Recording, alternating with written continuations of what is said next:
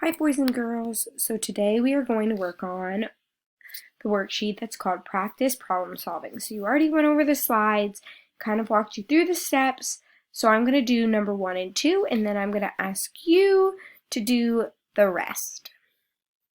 So first let's read it. So it says Mark practices the piano for 2/3 of an hour for 6 hours every week. How many hours does he practice each week? So we know 6 hours. Sorry, let me try that again. 6 hours every week, 2/3 of an hour. Okay, so we're going to do 6 times 2/3. Now, remember, if there is that whole number, you are multiplying it by the numerator. The denominator stays the same. I'm going to put it over 1. Now, if the fraction becomes improper, we do have to make it a whole number. So let's start off by just multiplying it. So 6 times 2 is 12. And then it's over 3. So now, remember, you ask yourself 12 divided by 3. So I could use my chart, or if you know that 3 times 4 equals 12, the answer would be 4. Now, you are not done yet. What do we need to put after this? So what I do is I always go back into the problem and read the question again. How many hours does he practice each week? So they're looking for how many hours. So that would be your label. You have to make sure we label our work to get full credit. Hours. Right. Let's go to number 2. In April, it rained 1/4 of an inch on 15 different days. How many inches of rain fell in April?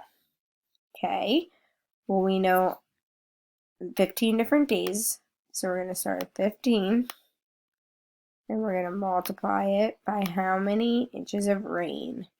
So 1/4. Okay, I'm going to make my 15 a little smaller so I can just put it 1 over it, because that is what they tell us to do when it comes to whole numbers. So we're putting a 1, so it would be 15 over 1 times 4, which is 4. Okay, so again, here's our improper fraction.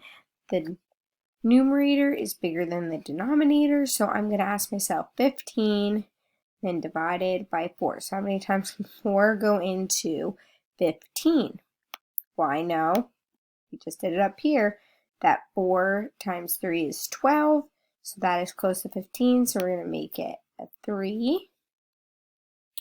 So now, if I ask myself 15 and then I take 12 away, what would be left over? It would be 3, and my denominator stays the same.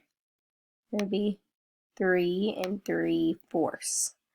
Okay, so again, I have to come up to my question. I have to find what to label it. How many inches? So they were looking for inches. So let's write inches. All right. Again, I would like you to do 3, 4, 5, and 6, and then submit it in the drop box. And don't forget your name. I hope you guys have a great rest of your day. If you need anything, please email me. See you later.